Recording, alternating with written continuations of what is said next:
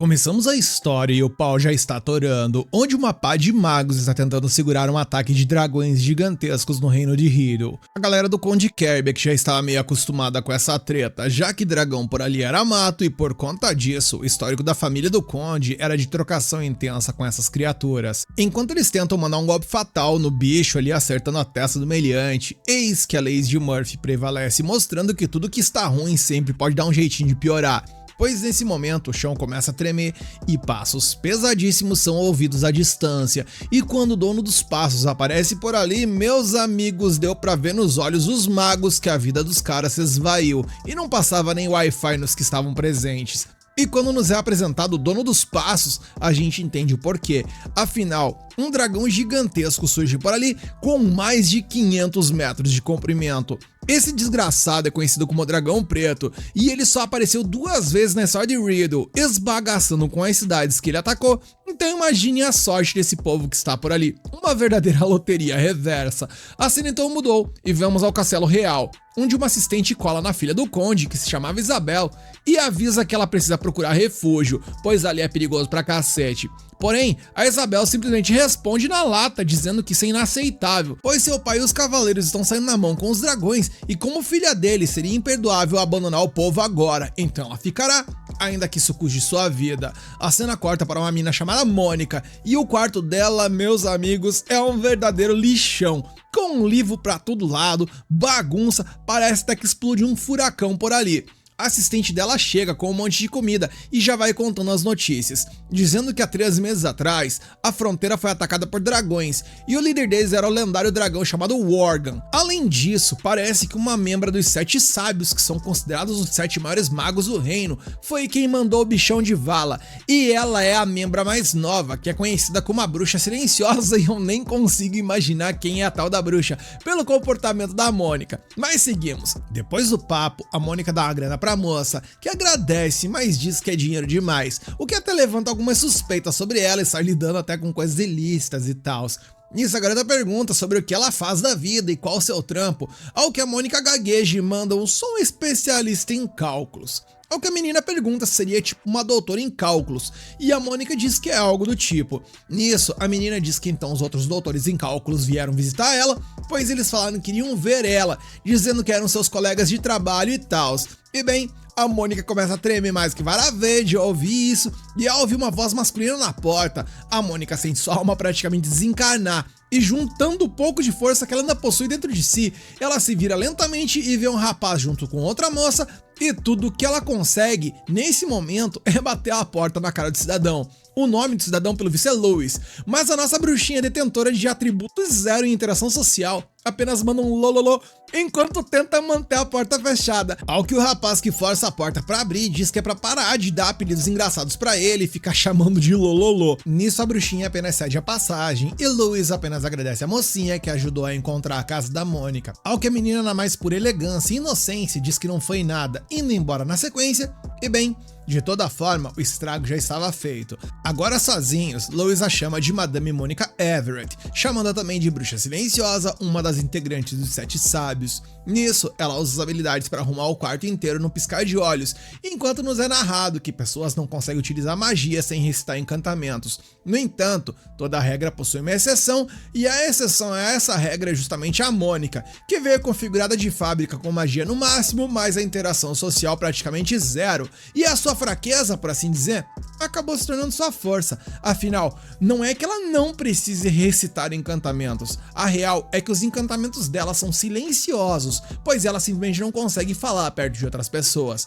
A gente então acompanha um flashback dela no Instituto de Magia, toda travada, tremendo, mal conseguindo falar e até desmaiando nos piores casos, e estando quase que determinada a desistir. Foi quando a mina teve uma ideia genial, um momento de 500 de QI. Se ela não consegue falar na frente dos outros, então por que ela não usa magia sem falar nada? E não é que deu certo, ela apagou a vela do teste sem dizer uma única palavra, e assim o talento dela cresceu e ela subiu na vida. Depois de toda essa palestrinha, voltamos para a realidade. E o visitante fala para ela: tô vendo que você continua desperdiçando seu talento, colega maga. E na sequência pede a Arin, que é uma espírito superior do vento, para lançar uma barreira para que ninguém ouça a conversa. E aí o Louis vai direto ao ponto, ele precisa de um favor. Ele estava trabalhando como guarda pessoal do segundo príncipe, em segredo, a mando do rei.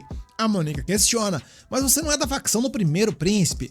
Ele responde que sim, mas foi encarregado de proteger o segundo príncipe por algum motivo. O que importa é que ele tinha que proteger o príncipe sem que ele soubesse. O tal príncipe Félix está estudando num colégio interno, a Academia Serendia. Para se infiltrar lá, o Louis preparou um broche mágico que rastreia e protege, e assim ele poderia monitorar o cara 24 horas por dia. A Mônica se questiona se ele não tá fazendo perseguição, mas ele diz que é normal seguir quem você protege. Ela fica nervosa, perguntando se o príncipe não ficará bravo se descobrir. Mas Louis, propondo uma solução de milhões, apenas diz que contornar isso é fácil, ou seja, basta o príncipe não descobrir. E caras, o visionário é um gênio. Até a Mônica ficou perplexa perante a tamanha sabedoria do ser que estava à sua frente, como vocês podem perceber. Louis continua e explica que o broche que deu ao príncipe foi passado a ele como se fosse um presente do próprio rei para o seu filho. Só que parece que ele quebrou um dia depois que ele aceitou, algo que deixou o Louis, para dizer um mínimo, completamente pistola. A Mônica então tenta mudar o percurso da conversa e pergunta sobre o segundo príncipe, e o Louis diz que foi até ele, porém, ele apenas disse que não havia acontecido nada e que o broche quebrou por um descuido dele. E dito tudo isso, ele olha para Mônica e questiona se ela entendeu o que ele está tentando dizer. E a Mônica, obviamente, responde que não entendeu porra nenhuma. Ela tem zero percepção social e vamos conversar que o Louis é moleque nessa, hein? Ele explica de forma direta que ele quer que ela se infiltre na academia e proteja o príncipe no lugar dele. E o resultado disso é que a coitada da Mônica já entra em desespero, chora e diz que não vai conseguir. Mas o Louis tá nem aí pros sentimentos dela e apenas diz que como ela nunca aparece nos eventos da realeza, ninguém conhece o rosto dela, então ela é perfeita pra missão secreta e que além disso, o talento dela de usar magia sem encantamentos é ideal para proteção discreta. Ela argumenta que só entrou pros 7 sábios como reserva, mas o Louis não quer saber. Afinal, o rei deu a ele a responsabilidade, o que significa que ela não tem escolha a não ser concordar, e por livre e espontânea pressão excessiva, a Mônica aceita e o Louis relaxa, assim como o gato que não tancou o almoço e foi de cochilos e começa a contar os detalhes do plano. E como vocês podem ver, a Mônica tá absorvendo o conteúdo por osmose, pois parece não entender uma palavra do que ele diz. Ele então conta a história de uma garota órfã que foi adotada pela Condessa Kerbeck e deu a essa menina muito amor, ao que a Mônica fica feliz, pois essa parece uma história feliz. Porém, contudo e entretanto, infelizmente a Condessa partiu dessa pra melhor e por conta disso a garotinha virou empregada da filha cruel do conde e foi forçada a ir pra academia como criada dela, algo que a Mônica entende que foi cruel pra cacete. E quando a Mônica tá se lavando de chorar, é aí que vem o plot twist, pois Louis solta a bomba, dizendo que ela será a pobre coitada em questão, e a Mônica fica em choque, sem reação. Nisso o tempo até passou, a noite chegou e a Mônica continua lá, paralisada. O gato dela, que se chama Nero, tenta animá-la, mostrando suas almofadinhas que ela tanto ama, mas ela tá quebradona por dentro e apenas diz que não consegue proteger o príncipe. E o Nero diz que se ela está tão contrariada, ela deveria fugir, mas a menina diz que isso é simplesmente impossível, pois o Louis iria até onde Judas perdeu as botas se fosse necessário para encontrar ela, e isso não seria nada bom.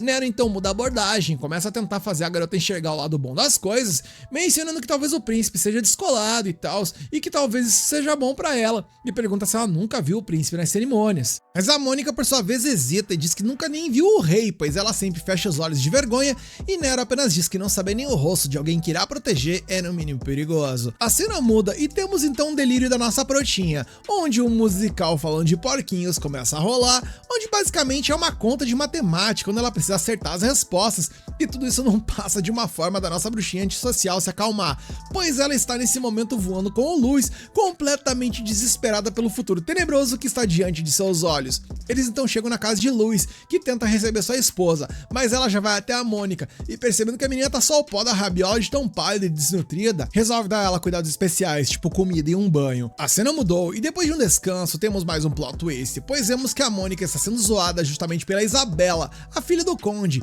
que se revela na real estar atuando como uma vilanesca, dizendo que ela tem ensaiado essa entonação todo santo dia. Após isso, ela cumprimenta elegantemente frente a Mônica, dizendo que seu nome é Isabela Norton e que é a primeira vez que ela vê, chamando-a de grandiosa bruxa silenciosa, mencionando que ela agradece profundamente em nome de seu pai e seu povo por derrotar aquele dragão. Lois então pergunta quando é que ela irá cumprimentar a Isabela e Mônica até o faz, ali mais ou menos tenta, pois ela é tímida pra cacete, ao que a Isabela diz não se incomodar com isso, afinal, ela sabe muito bem como sua querida irmã Mônica é uma pessoa forte e corajosa.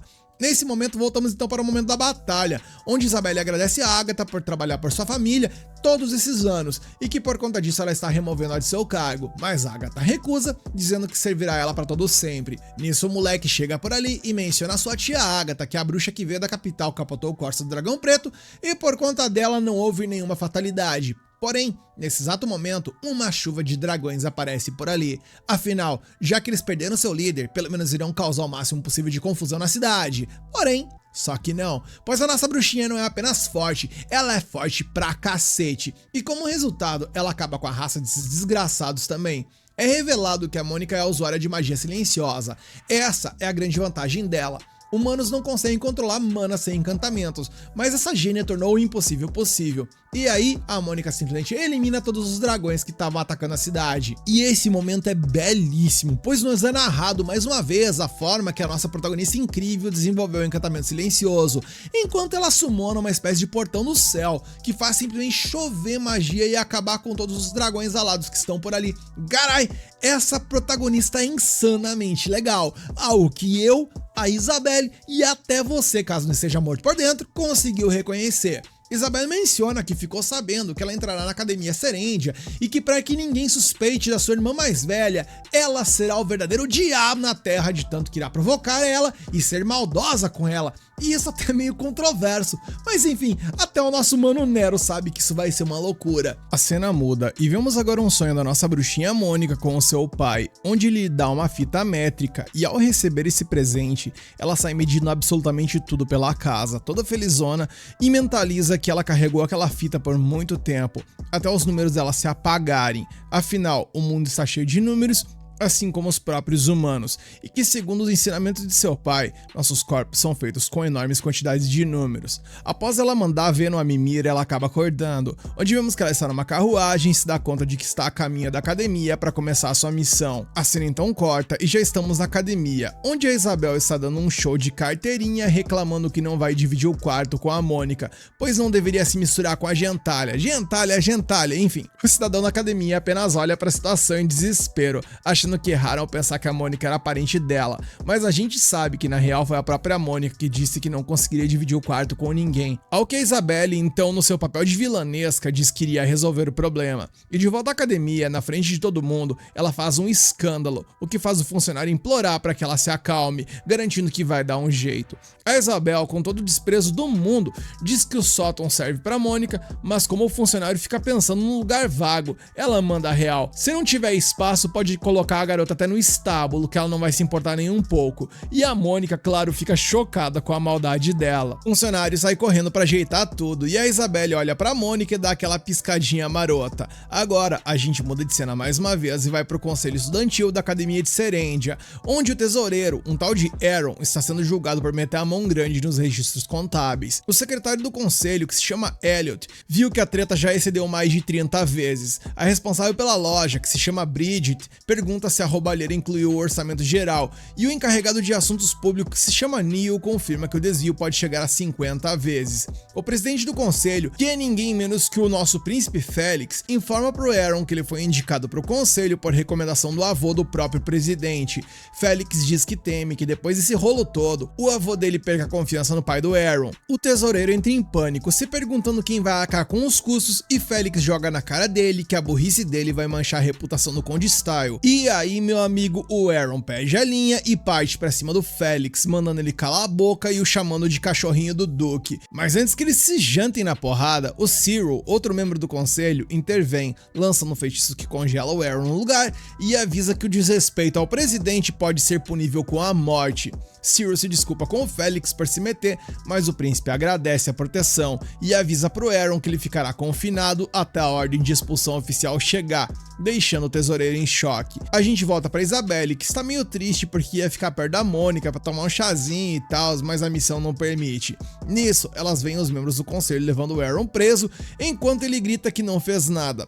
A Isabelle menciona que conhece o Aaron e os outros membros de algumas reuniões, menos o de cabelos prateados, porém ele deve pertencer à nata da sociedade, visto que possui a insígnia do conselho estudantil, então deve ser um nobre. E a Mônica, ao ouvir isso, apenas pensa que a trevozinha ali certamente seria melhor do que ela para missões secretas. A cena então muda e na sequência vamos para a aula da Mônica, onde o professor Victor a apresenta para a turma como a nova aluna transferida. Ele pede para que ela se apresente, mas a coitada trava de nervoso. O professor pede para que ela se endireite, lembrando que ali é uma academia de prestígio cheia da elite do país. Mônica lembra de como sofria bullying dos colegas e não consegue falar uma única palavra, até que o professor a manda sentar. Enquanto os alunos fofocam, uma estudante chamada Lana se aproxima e pergunta por que ela usa o cabelo com tranças, e a Mônica, sem jeito, diz que não sabe fazer outro penteado. Lana percebe que as outras meninas estão falando delas, o que deixa a Mônica super envergonhada, mas a Lana não recua e continua perguntando coisas. Dessa vez ela quer saber de onde ela veio, e ao saber que é de Lianak, uma cidade litorânea na fronteira, ela fica toda animada. Ela pergunta o que tá na moda por lá, mas meus amigos, como é que a nossa bruxinha reclusa seria capaz de responder essa pergunta? Ela só diz que não entende muito dessas coisas e se desculpa mais uma vez. Lana, mostrando uma determinação de milhões, então se aproxima e conta que está bombando na capital é aquele batom que ela está utilizando, o que deixa a Mônica curiosa, e as patricinhas da sala, linguarudas por um cacete, comentam que a Lana tá se exibindo pra Mônica por ser rica, mas a Lana nem liga e simplesmente ignora.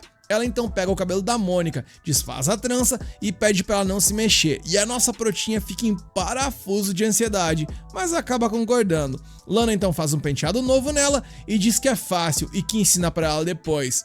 Quando a Mônica se olha no espelho, ela fica maravilhada e percebe que nem agradeceu a garota. E depois da aula, a Mônica fica vagando pela academia, morrendo de medo de ser vista e tentando evitar os outros alunos a todo custo, mesmo sabendo que ainda assim ela precisa proteger o príncipe, e quando ela até pensou em desistir, acabou se lembrando do castigo do Louis e declarar pra si mesma que vai dar o seu melhor na missão, o que acaba chamando a atenção de alguns alunos que estão por ali. Ela corre pra um lugar vazio, pega um pouco de comida e se pergunta se aquilo ali vai ser suficiente ou não. Ela então vai para o lugar mais calmo possível e dá de cara com quem, meus queridos? Sim, com o príncipe Félix. Ela recua na hora para procurar outro canto, sem saber que ele era ele, e é aí que o Elliot a pega no pulo, dizendo que ela caiu na armadilha. Ele pergunta se o que ela tem na mão é uma arma, mas ela diz que é a comida dela. Ele não acredita, achando que ninguém guarda comida no bolso, e a arrasta para a diretoria. A Mônica entra em pânico, acaba caindo no chão e derruba justamente a comida dela e sente dor pelo jeito que foi segurada. Félix manda o Elliot soltá-la, mas o secretário insiste que ela tá trabalhando com o Aaron, ao que o príncipe o manda fechar a matraca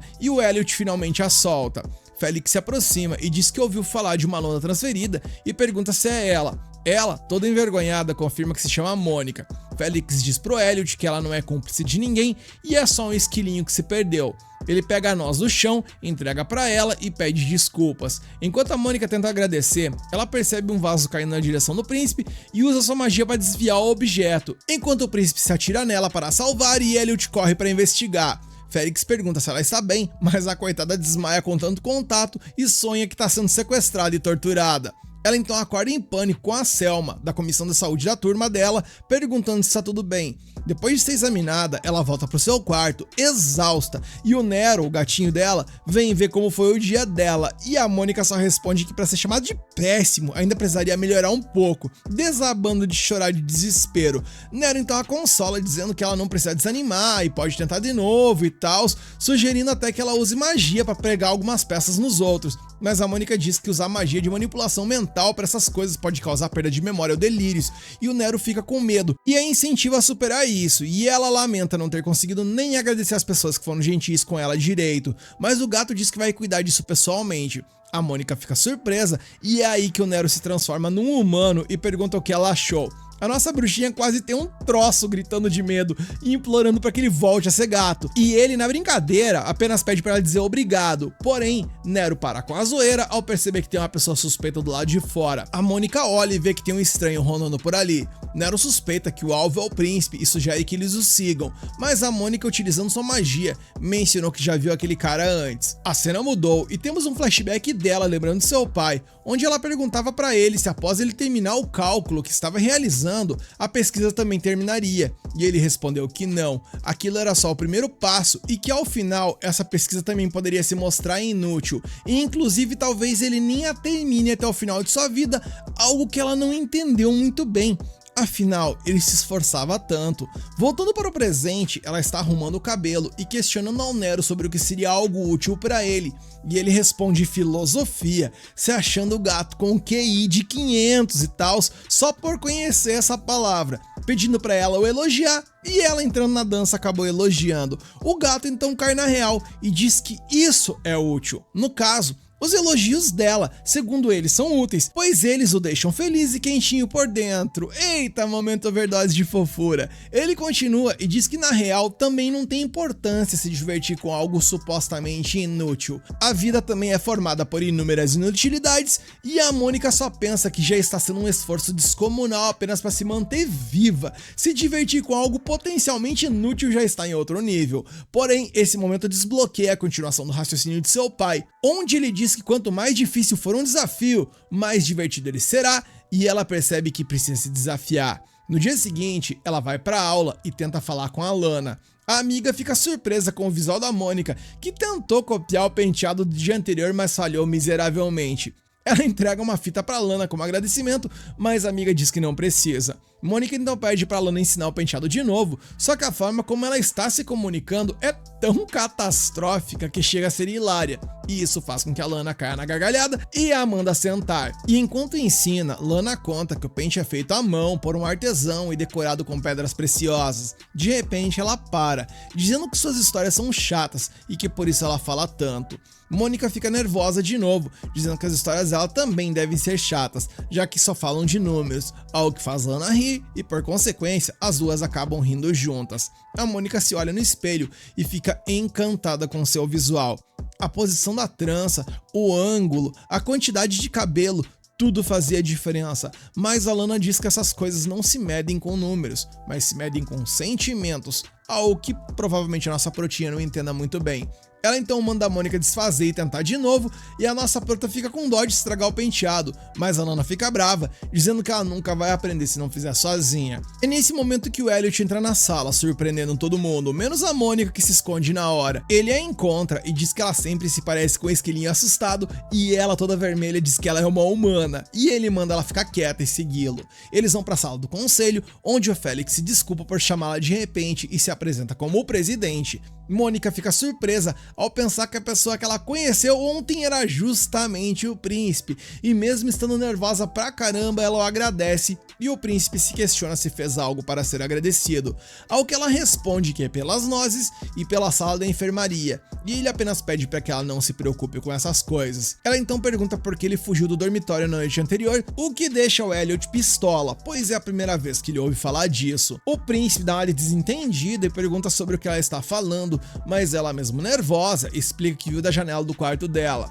Ele continua e diz que talvez seja alguém suspeito, perguntando se ela lembra das características, mas ela responde que ele estava de capuz, então ela não conseguiu ver direito o rosto dele, só que o porte físico era idêntico ao dele.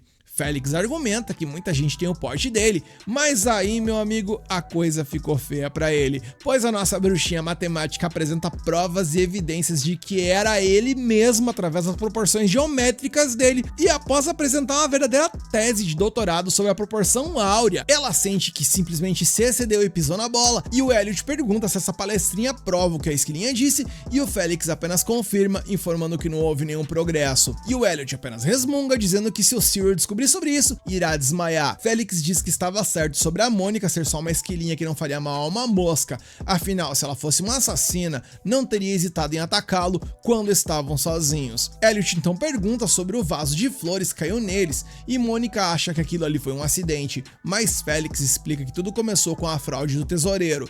Para pegá-lo, eles decidiram trancá-lo no dormitório. O Aaron deu a entender que tinha um parceiro, então o Elliot armou uma armadilha no quintal. A Mônica fica em choque ao perceber que para eles ela era a suspeita de ser uma assassina, imaginando o Luiz dizendo que ela sempre consegue as coisas de maneiras inesperadas. Elliot então vira para ela e pergunta se ela é parceira do Aaron, e obviamente ela nega. E aí vem a reviravolta que ninguém esperava. Ele pede pra ela encontrar o verdadeiro parceiro e a Mônica, obviamente assinando um cheque em branco apenas pra se safar sem nem processar o que está dizendo, apenas responde que promete que vai ajudar. E com isso o Félix diz que vai deixar o caso com ela. A cena muda e vemos que o que sobrou da Mônica está no quintal, chorando horrores com o que aconteceu, enquanto Nero diz que ela basicamente virou uma guarda-costas pessoal e pergunta se ser considerada uma assassina é um problema, deixando nossa bruxinha ainda mais chocada. A nossa bruxinha continua chorando, desesperada para voltar para sua cabaninha ali, se sentindo um lixo completo. O Nero, seu gato, pergunta se ela quer a patinha dele e depois que ela concorda, ele sobe nela e começa a dar o papo reto.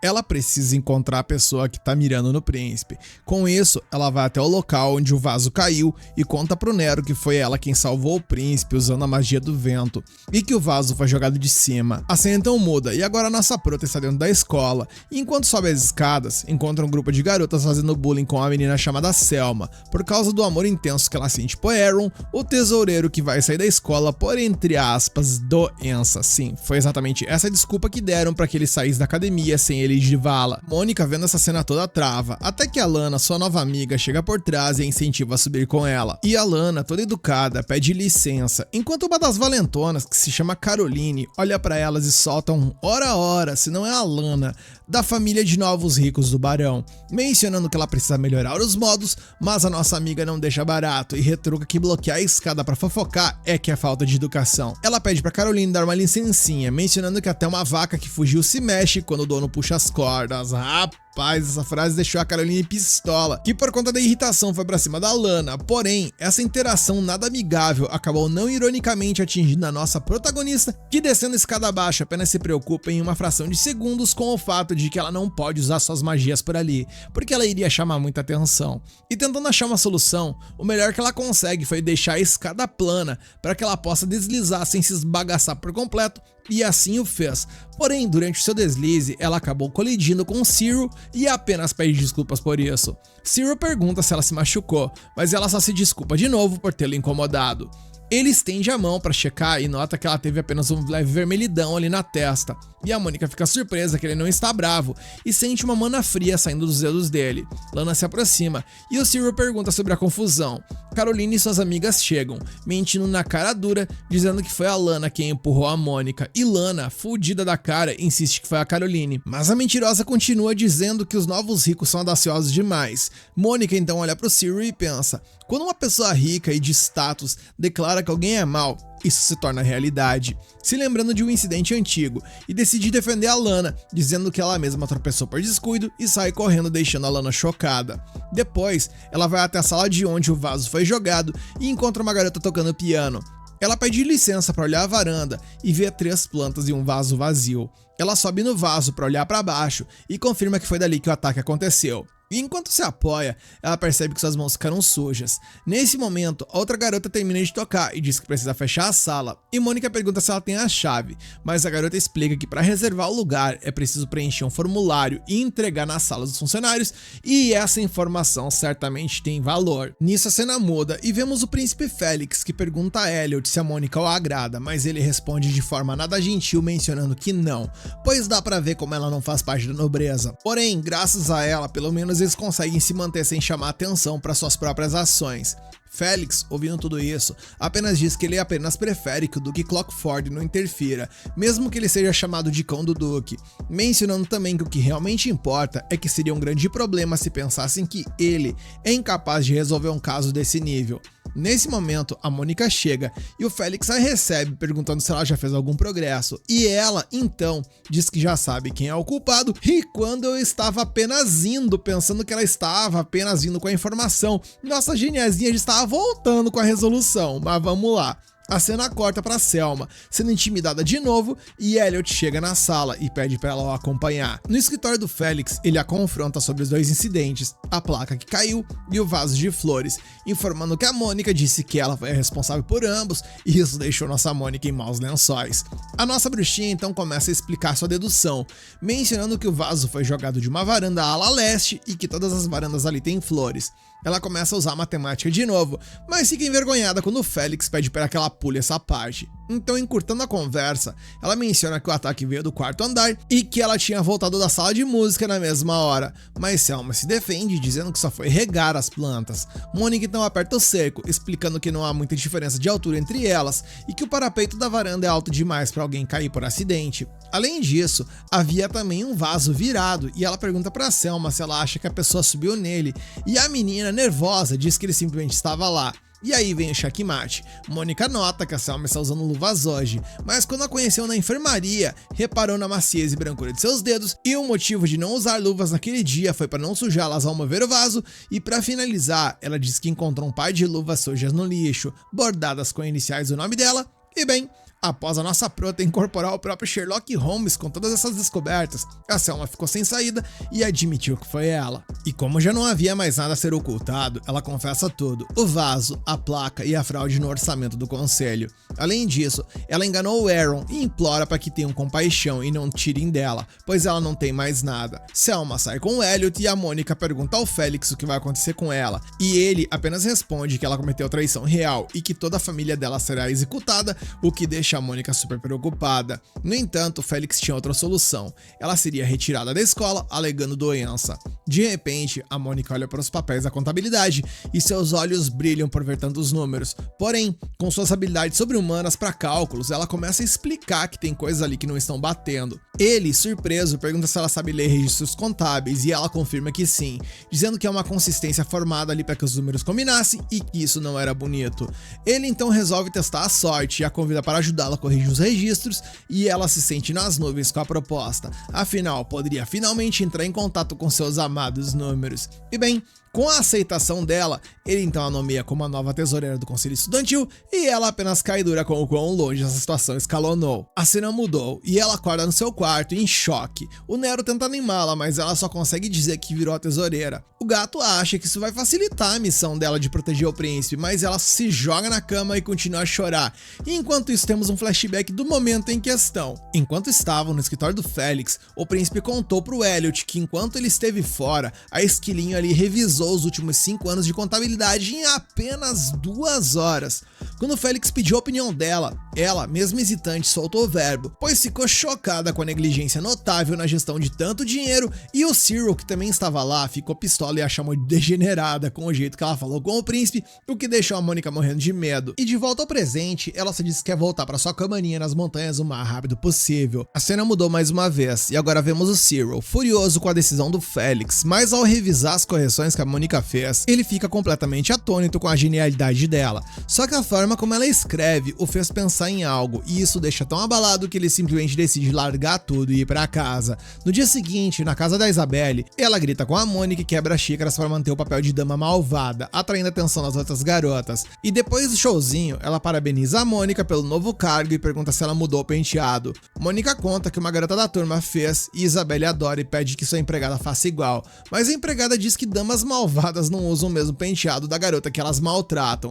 Mais tarde, na aula, a Lana se aproxima da Mônica e pergunta se ela foi mesmo nomeada tesoureira, ao que ela se desculpa pelo incidente na escada, dizendo que a Caroline foi a culpada e que ela foi a vítima, e a Lana nota que o penteado da Mônica se desfez e diz que precisa refazê-lo. De volta ao escritório do Félix, ele pede ao Cyril para ensinar a Mônica as tarefas de tesoureira a partir de hoje, e Cyril, surpreso, concorda. Mônica se pergunta por que o próprio Cyril, mas é porque ele era o tesoureiro antes de se tornar vice-presidente. E sozinhos em um escritório, Cyril explica que o trabalho é pesado no início e no final do mês. Nesse momento, a Mônica espirra, e ele, achando que a sala está fria, abre uma janela e lhe dá um cachecol. Ela pensa que o lugar parece frio porque ele está liberando energia e pergunta se aqueles são os documentos que ele revisou. Ele diz que o conselheiro dele, o Sr. Thornley, cuidará disso, e Mônica então se desculpa por adicionar mais trabalho a ele, mas o Cyril diz que era apenas um trabalho que precisava ser feito. Ele pergunta por que ela está tão tensa, dizendo que ela ganhou a confiança do príncipe por sua competência e que seu trabalho foi excepcional, então ela deveria estar com a cabeça erguida, porém ela se desculpa de novo, dizendo que ela não consegue ter orgulho disso. Então, o Cyril menciona que que ele odeia a frase "não consigo", e explica que investigou o incidente da escada, interrogou os alunos e descobriu que a culpada foi a Caroline, que recebeu um aviso severo e terá que pedir desculpas por escrito, mencionando também que o comportamento evasivo dela atrasou a descoberta da verdade, e ela apenas se surpreende com o fato de ter pessoas boas e que se importam entre os nobres. Ele pergunta se ela está ouvindo, mas ela começa a gaguejar e ele começa a pressionar, pedindo para falar com mais clareza, e a nossa protinha quase dá tela azul de nervoso. Em mais uma mudança de cena, agora à noite, Cyril exclama que ajudar a Mônica atrasou pra cacete, pois ele precisa entregar aqueles documentos de contabilidade ao Sr. Thornley rapidamente. Porém, a forma como ele menciona isso demonstrou ser no mínimo suspeita. A cena muda e vemos que um passarinho acabou entrando no quarto da nossa prota, e o Nero, incomodado com a presença, questiona quem ele é e o que está fazendo ali. Nisso, o pássaro assume uma forma humana e vemos que ela é a Arin, a empregada do Louis, e ela se deslocou até ali para entregar uma mensagem dele, e tanto a Mônica quanto o Nero ficaram apreensivos com isso. Ela então começa e narra vagarosamente que ele, Louis Miller, dessa vez vem falar que... E no momento em que ela fala dessa vez, a nossa duplinha já começa a entrar em parafuso, pensando que iria vir uma bronca ou algo do tipo. Porém, quando Arin finaliza o assunto, dizendo que dessa vez ele anuncia que será pai, Nero quase surta e questiona sobre quem liga pra essa porcaria de notícia. Ela continua e diz que nesse momento ele ativou o modo bobão feliz e Mônica nem entendeu isso direito. A moça continua e diz que agora que ela terminou o assunto principal, que de principal não tem nada, ela entrega uma carta à nossa bruxinha e a mensagem basicamente dizia que ele sabia que ela era uma inútil em dar informações verbalmente. Então ele pede que ela anote as informações importantes nesse papel e entregue a Arin. Mônica ainda está processando o fato de ter sido chamada de comunicadora inútil, mas a empregada muda o assunto e pergunta sobre a reação mágica de gelo que está vindo dos fundos do dormitório masculino. A cena então muda e vemos que o Cyril está caminhando ofegante pela noite, mencionando que ele precisa informar quem é o culpado por falsificar os registros contábeis, porém, nesse momento ele cai de joelhos e questiona sobre o que ele está fazendo, e nesse momento também ele sente sua mana se agitar. E após isso, o broche em seu peito começa a brilhar e ele acaba conjurando uma enorme pedra de gelo que o envolve. Nesse momento, a Mônica juntamente com a Arin e com o Nero colam por ali, e o gato já percebe que as coisas estão ficando feias por ali. E Mônica nos revela que esse cidadão possui predisposição à absorção de mana em excesso, e que pessoas assim costumam carregar um artefato mágico para liberar a mana, e a Mônica pensa então no broche, e a Arin, avaliando, afirmou que é esse broche que está sugando a mana que está em volta do rapaz. Nero então vai em disparada para tentar ajudar, porém as coisas acabaram não saindo conforme planejado e ele sai voando. Cyril pede para que eles parem e Arin menciona que ele continua segurando, se questionando se aquilo ali é muito importante. Mônica então veste seu capuz e avança em direção ao rapaz, que apenas diz que não irá soltar o broche, pois ele foi um presente de seu pai. Nesse momento, ele então começa a atacar nossa prota com magia de gelo, que por sua vez responde à altura com magia de fogo, e em pouco tempo, a nossa bruxinha demonstra que possui um poder incrivelmente superior e consegue libertar o rapaz de sua situação. Curiosamente, enquanto Cyril estava naquela situação, ele começa devagar e menciona que mesmo tendo sido reconhecido pelo seu próprio pai, por quais motivos ele não conseguia reconhecer sua mãe. Nisso temos um flashback, onde o Cyril explica que o seu pai possuía sangue de marquês mesmo sem trabalhar, e tratava sua mãe, que não tinha origens nobres, com violência dia sim e dia também. E após algum tempo, seu pai veio a falecer por conta do alcoolismo. Conforme os dias passaram, ele recebeu uma proposta de adoção do Marquês Highorn e foi correndo contar para sua mãe, mentalizando que ela iria ficar feliz e iria aceitar, mas ao dizer que recebeu tal proposta, ela apenas se entristeceu e lamentou o fato de seu filho ser um filho de um nobre e agir como um. Cyril continua e diz que queria ser reconhecido e queria se esforçar cada vez mais por isso, tanto pelo próprio Marquês, que lhe aceitou como filho, quanto por sua própria mãe. Ele então acorda e vê a Mônica conjurando magia em seu broche, e ele pede que ela lhe devolva, pois isso é importante para ele, e ela o faz, e nesse momento o rapaz apaga novamente. Rin surge junto com Nero e a parabeniza pelo trabalho, e Mônica esclarece que agora ficará tudo bem, pois ela adicionou magia de proteção no broche. Nero pergunta se isso era realmente necessário, e nossa prota explica que essa predisposição tem várias inconveniências, mas com um bom acompanhamento se torna bem vantajosa para o mago, e como ela não queria que ele pensasse nisso tudo como uma maldição, preferiu agir dessa forma. Ela então pede a Nero cuidar do rapaz e ela parte em disparada para outro lugar e Rin a acompanha e questiona sobre onde ela está indo. E ela responde que, dada a forma como o cidadão estava há pouco, os sintomas pareciam mais de intervenção mental do que de envenenamento por mana. Nesse momento, ela vai até um local e se depara com um homem. Ele diz que já passou da hora do toque de recolher, mas ela aponta e diz que na mão dele há algo e questiona sobre o que ele pretendia fazer com isso, dizendo que se ele pretendia trocar os documentos, era para ele ter a ciência de que isso é inútil, pois ela se lembra de todos os números dos documentos que ela verificou. Ele pergunta sobre o que ela estava falando e ela lembra da zona que os registros contábeis estavam. Porém, nos últimos 5 anos, a forma de acobertar as fraudes se tornou mais refinada, além da quantia desviada que também aumentou, e isso aconteceu justamente no ano em que ele foi escolhido como tesoureiro do conselho estudantil. Ele então avança na Mônica e a pega pelo braço, dizendo que pesquisas sobre magias dão dinheiro, e então começa a conjurar um feitiço, e ela percebe que a técnica que ele está usando é para realizar intervenções mentais, e ele apenas diz para ela apreciar sua técnica mágica aperfeiçoada, mencionando que ela não viu nada, mas o que esse cretino desgraçado mau caráter não calculou é que ele mexeu com a pessoa errada, e a Mônica nesse momento menciona que a técnica dele pode ser chamada de qualquer porcaria que ele quiser, menos de aperfeiçoada. O imbecil, ao perceber que não está funcionando, questiona sobre o que está rolando, e a Mônica ainda se deu o trabalho de explicar que é necessário entender a técnica mágica complexa da intervenção mental e que uma técnica mais furada que uma peneira igual a dele está longe de ser chamada de aperfeiçoada. Nesse momento, a nossa prota poderosa desfaz a magia do babaca e simplesmente começou a reescrever a técnica dele de uma forma belíssima, onde cada borboleta voando nesse momento representa uma técnica mágica, e o imbecil apenas se questiona sobre por quais motivos alguém como ela conseguiria realizar uma magia tão perfeita sem sequer recitá-la. E é nesse momento que a ficha do cara cai e ele dá a entender que sabe quem está ali. Porém, já era tarde demais, pois ele foi completamente envolvido pela magia da Mônica, a qual menciona que o efeito durará 2 horas e nesse período ele terá sonhos. Nesse momento, vemos que ele caiu no genjutsu dela e se perguntou onde estava, lembrando que ele precisava retornar os documentos que reescreveu para o conselho estudantil. Ele continua e diz que achou incrível que o Cyril reconhecesse sua participação nisso por conta de sua caligrafia e expressou que foi gentil demais em ter apagado apenas as memórias dele. E então foi isso que aconteceu no episódio anterior, quando ele tinha olhado para o caderno e reconheceu a caligrafia, e eu particularmente tinha ficado sem entender. Nesse momento, enquanto ele estava divagando, um porco surge por ali e começa a mastigar os registros, e na sequência ele vai para um campo verde cheio de porcos e acaba sendo soterrado por eles. Uma cena que enquanto escrevo percebo que as palavras são pesadas, mas o que a gente vê na tela certamente daria para dizer que é fofo, vai entender. Voltamos para o mundo real e a Mônica está desesperada que o cidadão começou a espumar pela boca, enquanto ela lamenta o fato de ter usado magia de intervenção mental, lamentando por ter ferido a lei. Rin então chega por ali e diz que é para ela deixar o resto com ela, pois provavelmente o Luis vai interrogá-lo, vulgo torturá-lo, e resolver isso de uma maneira apropriada. Enquanto o cara começa a falar sobre porcos, Rin questiona sobre o que sonho ele está tendo, e Mônica apenas menciona que é um sonho com uma sequência muito bela. A cena mudou e alguns dias depois nos é narrado que aquele lá era o Sr. Thornley e que agora ele verá o sol nascer quadrado e que estava ligado a rumores de estar pesquisando uma magia tenebrosa.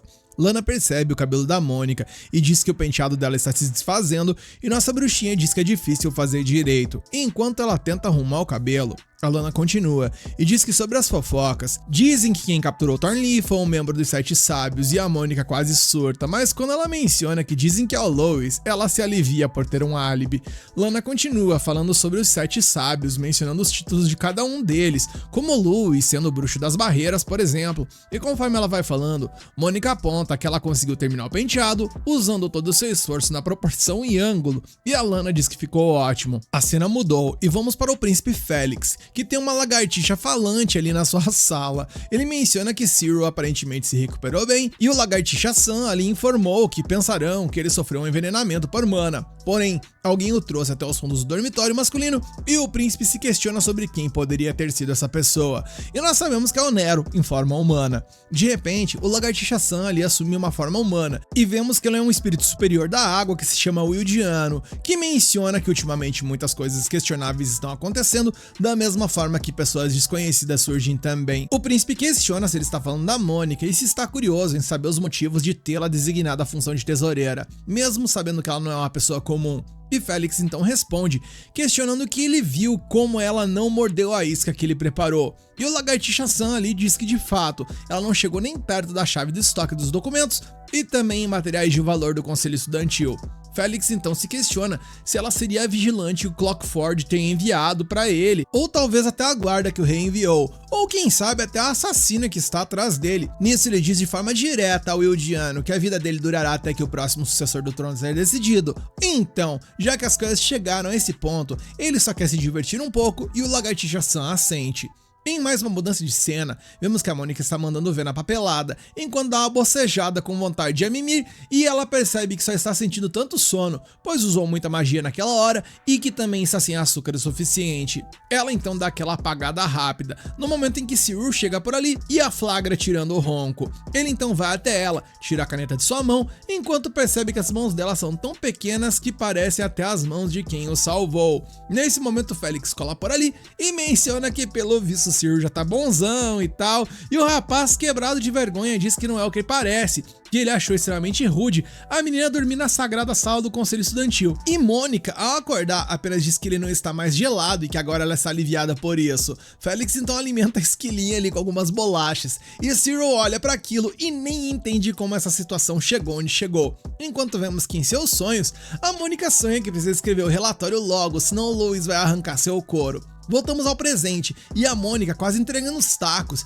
diz que parabeniza ele pela gravidez, e Cyril surta com isso, com o Félix perguntando a ele quem é sua parceira, e o rapaz fica quebrado de vergonha, dizendo que essa menina rude só está falando bobagens enquanto dorme. E bem, a cena muda, e graças a Deus a Mônica pelo visto não se entregou, pois nós estamos vendo o Louis agora, recebendo o relatório, onde a Mônica o parabeniza pela gravidez de sua esposa, questionando se um livro didático de introdução à matemática serviria como presente de nascimento para o seu filho. Ela continua e diz que com relação ao seu dever, muitas coisas aconteceram e ela se tornou tesoureira do Conselho Estudantil, e o Louis tem até uma enxaqueca ativada com o que ele está lendo. Rin então cola por ali e pergunta como foi o relatório, e ele diz que não importa quantas vezes ele leia, só consegue elogiar a primeira linha. Ou seja, foi nobre da parte dela o parabenizar antes de qualquer coisa. Porém, ela relatou que se tornou tesoureira do Conselho Estudantil, e uma conquista brilhante dessas, segundo ele, por essa nem o futuro esperava.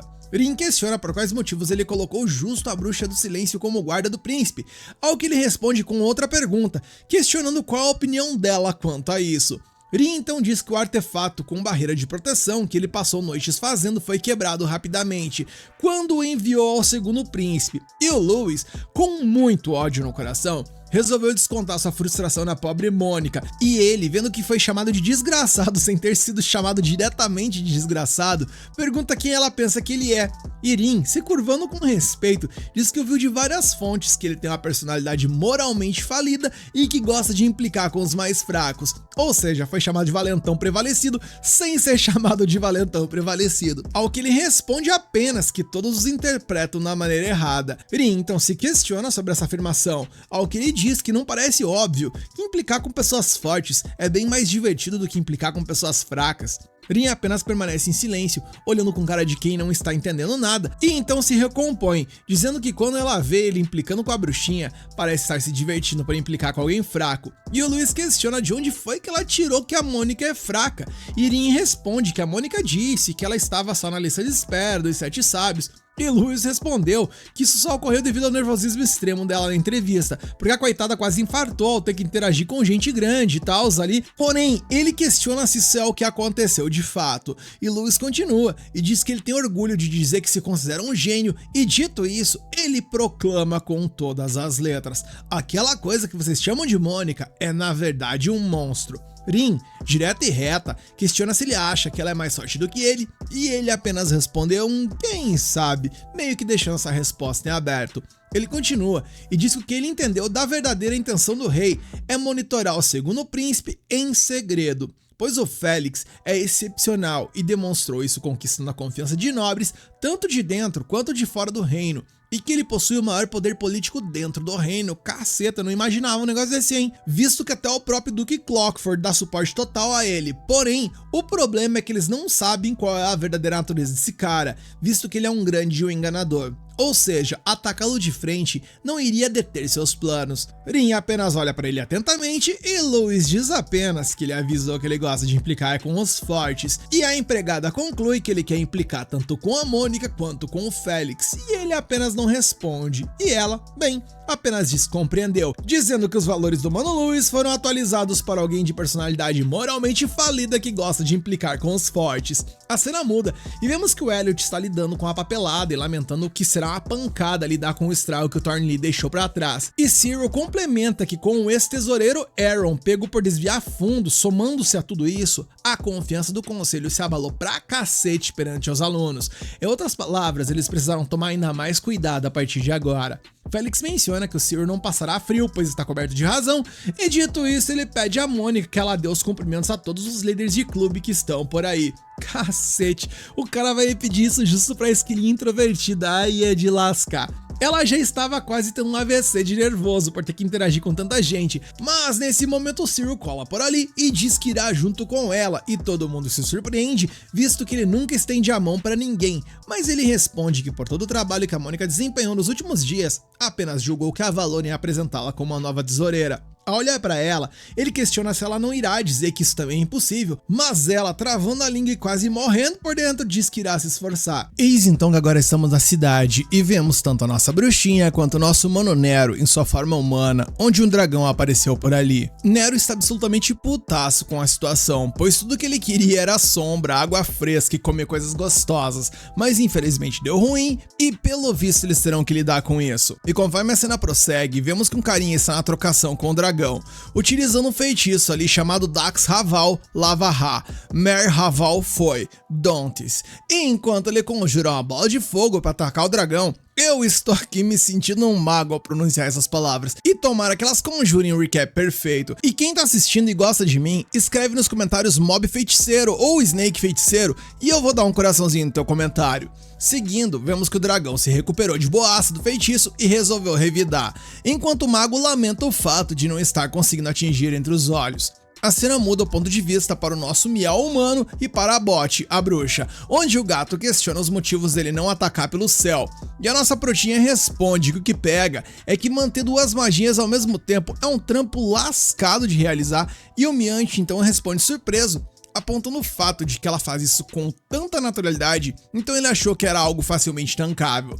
Voltamos então para o mago, que lamenta o fato de ter matado algumas aulas, e enquanto conjura sua magia para uma nova tentativa, vemos que a nossa prota aponta o dedinho ali e pronuncia o tal do Dax Raval Lava-Ra no mesmo momento em que o cidadão.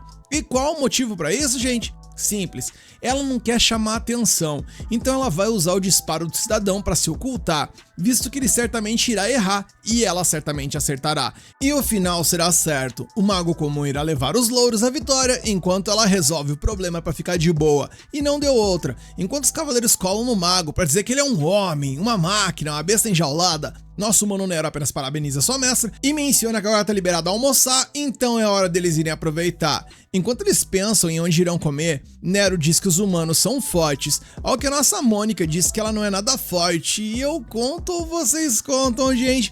Enfim, Nero então pega ela pela cabeça, fazendo ela olhar pra ele e questiona se ela não percebeu. E ela questiona sobre o que o doidão tá falando, e ele então diz que ela está ficando perto dele, mesmo na sua forma humana, e que ela está bem tranquila com isso. E quando a bruxinha se liga nisso, Nero pergunta se ela não acha que ficou um pouco mais forte, e ela, reconhecendo sua própria evolução, diz que sim e agradece aos céus por isso.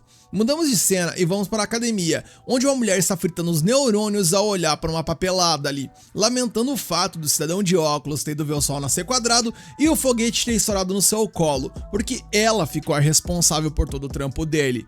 Nesse momento, é anunciado aos presentes dessa sala que a partir de hoje o professor de magia fundamental será o professor William Macragan, que é conhecido como o bruxo das mordidas aquáticas, e o velhote os saúda, dizendo que é um prazer conhecer a todos. O anfitrião continua e diz que esse cara trabalhou como professor no Instituto de Ensino de Bruxos Minerva, que traduzindo para um bom português, significa que ele está falando da melhor escola existente. E já acabou, perguntou Jéssica. É claro que não, pois ele continua relatando os feitos ali do Sr. Miyagi, dizendo que antes de serem parte dos 7 sábios, o Bruxo das Barreiras e a Bruxa do Silêncio foram aprendizes dele. E rapaz, eu tô sentindo que o encontro dele e da Mônica tem potencial pra treta, mas seguimos. Nesse momento, a cena muda para a sala do conselho, enquanto a Mônica está escrevendo, um de seus colegas a interrompe perguntando qual matéria optativa ela fará, e ela diz que ainda não sabe.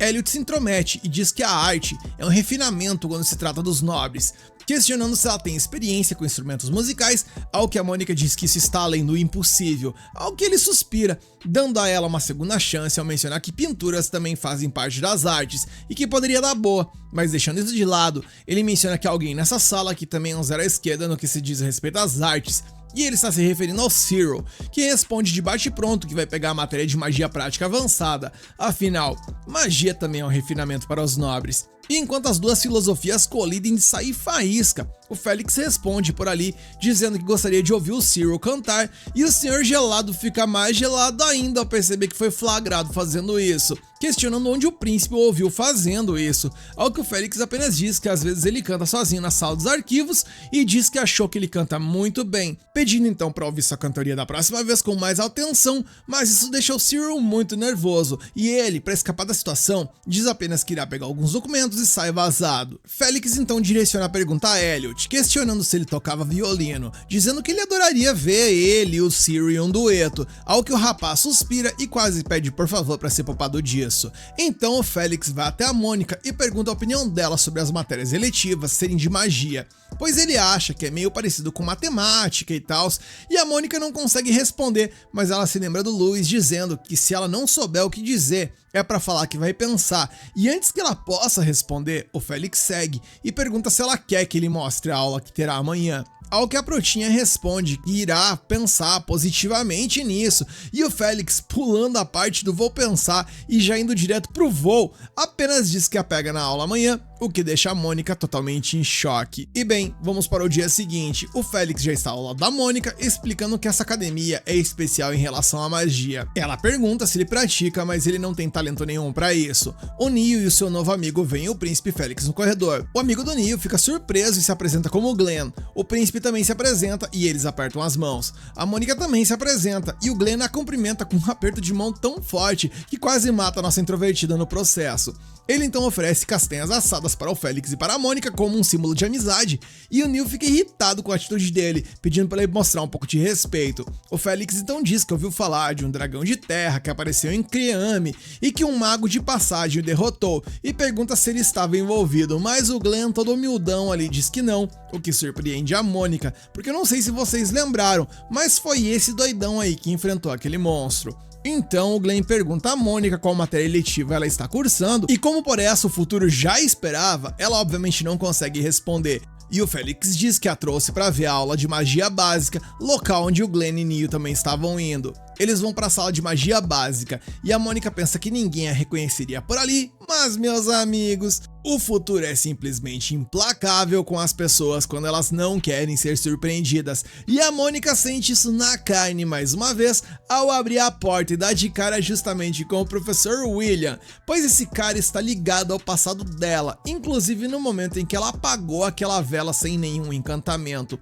Porém, o véi pelo visto já tá meio gaga porque ele não a reconheceu, questionando quem eles são, e o Félix diz que eles estão ali para ver a aula, então ele servirá como guia. William então pergunta quantas pessoas são, porque a sua visão é fraca, e quando descobre que são apenas 3, ele pede para que eles se sentem onde quiserem, e a Mônica fica espantada que ele não a reconheceu. William então explica sobre os 3 pontos importantes que tornam um mago habilidoso.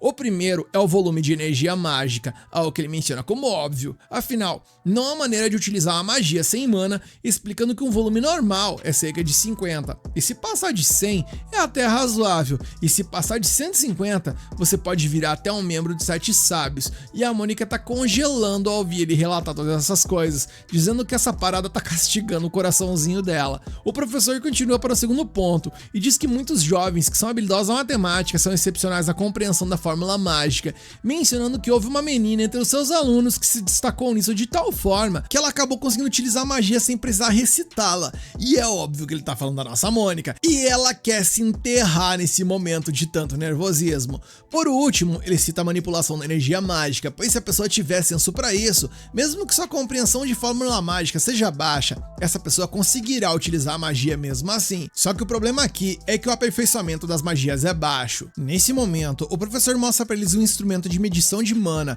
e mostra que a energia dele é de 160 e que como sua luz é azul, significa que sua maior afinidade é com o elemento água. E agora é hora do verdadeiro caos, pois ele pede que os alunos experimentem também. Glenn tá empolgadaço, pois se eles passarem dos 150, poderão fazer parte dos 7 sábios, e a Mônica, tremendo mais que uma vara verde, lembra que a última vez que mediu deu 202, só que como ela ainda está em fase de crescimento, o resultado certamente dará ainda maior. O Neil coloca as mãos e tem um nível de mana de 96 com o elemento terra, e o professor diz que não é nada mal. A Mônica estava se escondendo para não fazer o teste atrás de uma escada, e no momento em que o Glenn avança para a medição, ela tentou sair de fininho, porém acabou sendo flagrada pelo professor, e ele inclusive menciona que já viu ela em algum lugar. E foi nesse momento que a sorte sorriu para nossa prota, e ela acabou sendo salva pelo Glenn, que gritou ao professor que o medidor estava quebrado, e como isso atraiu a sua atenção, a Mônica conseguiu escapar na hora. Enquanto ela corria desesperada, ela acabou parando abruptamente, pois o fato do medidor do Glenn passar de 250, 250, chamou a sua atenção, visto que apenas 2 dos 7 sábios possuem esse nível de mana. Ela então ouve um som vindo da sala ao lado e vai checar, e nisso ela vê um grupo de jovens jogando xadrez. O Elliot então cola ao lado dela e a convida, perguntando se ela gosta de xadrez, mas a Mônica nega, dizendo que não conhece o jogo, algo que ele irá resolver agora, pegando ela pela mão e intimando para uma partida. Eles então se preparam para jogar, e a Mônica pergunta a ele o que precisa fazer para vencer, e isso faz o Elliot rir, dizer que ela só precisa pegar o rei do oponente e que esse jogo é como travar guerras, e que para os nobres, esse é um refinamento para aprender a ter senso de estratégia. Mônica se pergunta, já que como é uma guerra, qual peça se parece com soldados mágicos? E Elliot diz que poderia ser o bispo, pois antigamente monges guerreiros costumavam utilizar magia se fosse sua preferência. Mas a Mônica começa a fazer perguntas estranhas das mais diversas naturezas, inclusive esse tabuleiro tem algum efeito dinâmico no combate, o que o surpreende obviamente, mas ele responde que seria impossível de se colocar em um tabuleiro de xadrez, e ao ouvir isso, ela navegando em milhares de teorias, conclui que se nada disso interfere e o objetivo consiste em apenas derrotar o rei, provavelmente seja um jogo fácil, e o Elliot então a convida para jogar e tirar a prova. Eles então começam a jogar, e todos os observam, e conforme a partida se desenrola, Elliot se surpreende ao ver como ela está jogando, e se vê até encurralado em uma determinada situação. Ele então percebe que se ele fizer o rock, que é o movimento do xadrez, ele poderia vencer a partida, mas se lembra que ele não a ensinou sobre isso, e se questiona se ele deveria utilizar algo que ela não aprendeu. E bem, ele decide por fazer e explica a jogada no processo, e enquanto ele está na parte teórica, ela reconhece que perdeu, dizendo que se esse movimento faz parte das regras oficiais, não há mais probabilidade de ela vencer. Ela então se desculpa por dizer que o jogo é fácil, pois como seu oponente é um humano, existem muitos fatores incertos na disputa. Eis então que um cara do tamanho de um armário cola por ali e pergunta o nome da nossa prota, e ela quase que respondeu que enquanto ela estava viva se chamava Mônica, mas agora talvez isso não importe mais. Elliot toma a palavra e menciona que ela é sua colega, e enquanto ela ainda só conseguiu chegar na palavra Moni, ele já está pedindo para que ela compareça à próxima aula. A cena muda, a noite chegou e vamos para o quarto da Mônica, onde o Nero pergunta para ela qual aula ela vai escolher, mas a Mônica, surpreendendo um total de 0 pessoas, estava em choque com sua situação. O Nero acerta para acordá-la, e ela diz que é impossível para ela se juntar à aula de magia básica porque o professor William é quem ensina, mas ela deve escolher 2 aulas. A gente corta para a sala do conselho estudantil e vemos então que a Mônica está estudando xadrez e pensando que foi divertido jogar, hora a hora, e pelo visto ela se decidiu. Em paralelo a isso, vemos que o Elliot pergunta ao Cyril o que ele desenhou, e ele diz que aquele garrancho desgraçado é um touro e uma roda, mas Elliot diz pra ele que isso parece mais um coelho segurando uma fatia de laranja estragada. Mônica então se aproxima e pergunta sobre o que eles estão falando, e Cyril diz que estava mostrando o brasão do produtor. Elliot pergunta a Mônica se aquilo se parece com um touro e isso a deixa quebradaça de vergonha, e tudo que lhe resta é pedir desculpas por não conseguir responder. Enquanto os dois debatem, e o Cyril tenta se defender, explicando que o Felix tinha entendido o desenho, Mônica chega com um pedaço de papel e mostra a ele o brasão da companhia Abbott, dizendo que ela viu na lista anteontem, e Cyril responde de forma talvez cínica ou talvez inocente que no seu desenho faltou o rabo do touro, mas pra mim faltou foi o touro e todo o resto. Elliot reclama com o talento abaixo do medíocre do seu colega, mas ao menos agora ele sabe qual é o brasão. Elliot diz a Mônica que os comerciantes chegarão em breve e pede para que ela acompanhe, e enquanto eles vão, o rapaz se sente uma fraude por ter utilizado o rock na partida de xadrez contra alguém que não sabia essa regra, mencionando que ele é uma vergonha como um nobre. Quando ele está prestes a se desculpar por isso, a Mônica o interrompe e percebe que o logotipo da companhia Abbott era diferente das carruagens, pois o brasão era para ter 12 raios de roda, mas aquele ali só tem 10, e Elliot se questiona se ela não tá se lembrando de algo errado, mas a moça afirma com todas as letras que não, pois ela é incapaz de esquecer algo que ela vê, e além do mais, sobre aquele touro estampado na carruagem, eles esqueceram de desenhar o rabo dele, ou seja galera, em outras palavras, pelo visto teremos treta. Elliot pede para ela chamar os guardas enquanto ele vai ganhar um tempo por ali, para quando ela voltar, mas a Mônica diz que se ele ficar pode dar ruim e tal, mas o rapaz insiste que ele é um nobre, então vai dar conta. O indivíduo então está se aproximando pouco a pouco, segurando uma faca e aponta para o Elliot, mas a nossa prota então resolve agir e lança uma magia no cavalo, que passa perto dos ladrões, e com o movimento dele, ela aproveita o álibi, por assim dizer, para utilizar magia e apagar os caras, dando a entender que era o cavalo que estava os nocauteando. No entanto, o cavalo entra em surto e quase atropela tanto o Elliot quanto a Mônica, e é nesse momento que uma jovem surge por ali e salva o rabo dos dois, domando o cavalo putaço. Ela então se apresenta como um Casey do segundo ano e Mônica também se apresenta. Nesse momento, o cavalo faz um barulho e quase faz a alma da nossa prota sair do seu corpo, mas a Casey pergunta se ela não quer fazer um carinho nele, porque dessa forma ele ficará feliz.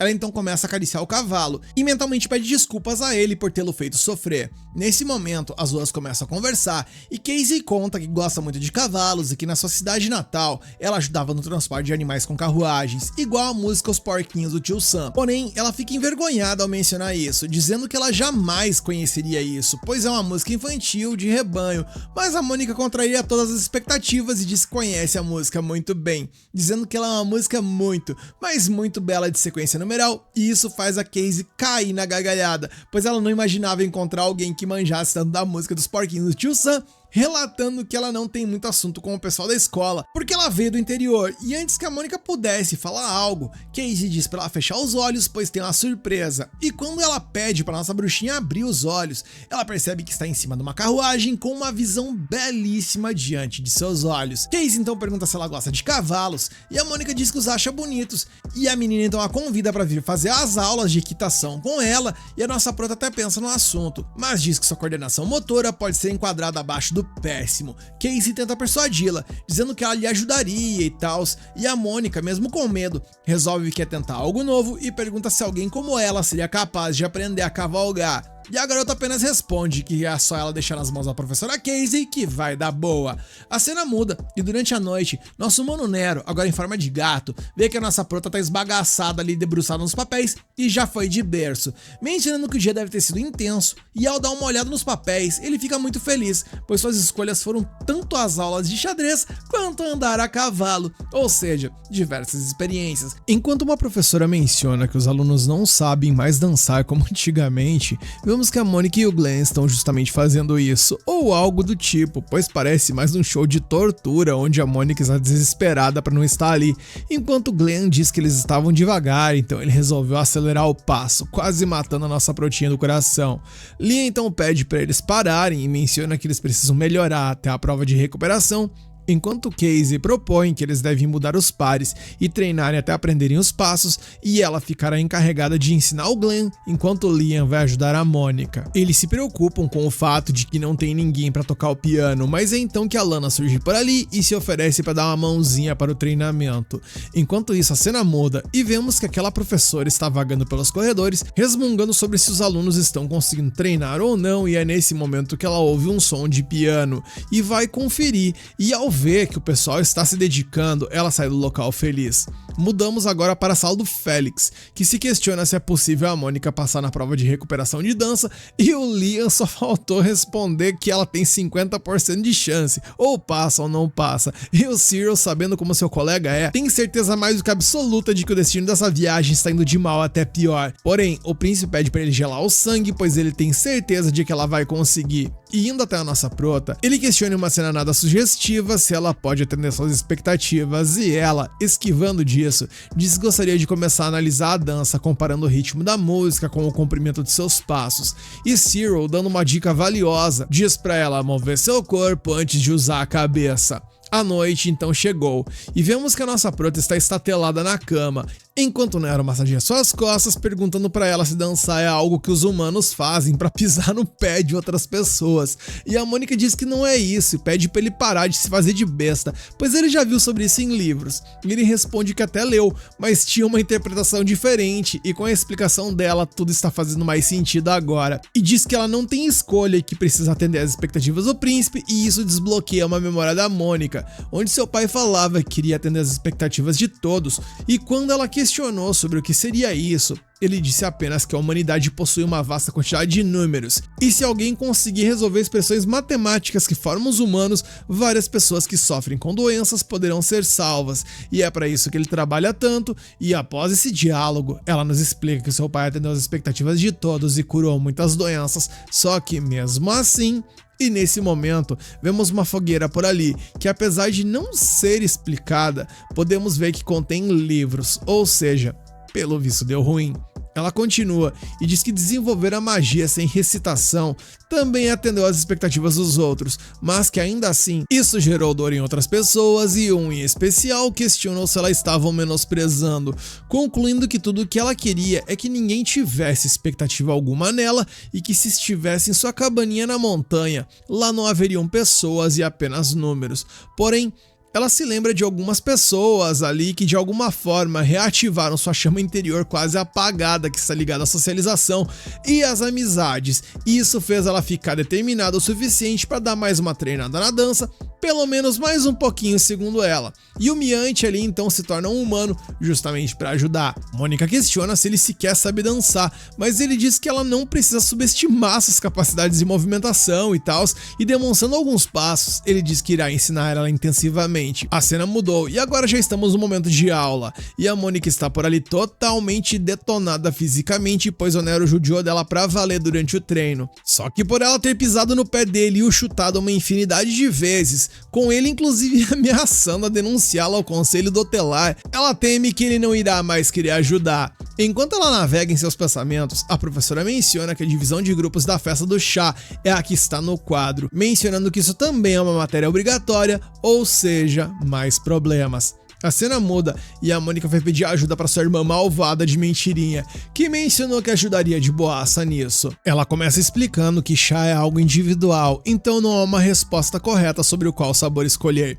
Porém, ainda que não haja uma resposta correta, sempre existe uma resposta errada, e quando a Mônica pergunta o que seria isso, ela diz que é sobrepor o tipo de chá que outra pessoa trouxe, perguntando se ela já sabe quem são as pessoas que trarão o chá, e a nossa prota diz que na mesa dela tem a Lana e a Casey e mais uma pessoa que ela não conhece, e sua irmã vilanesca diz que isso pode ser um problema, mas que ainda assim fará o possível para que ela prepare o chá perfeito.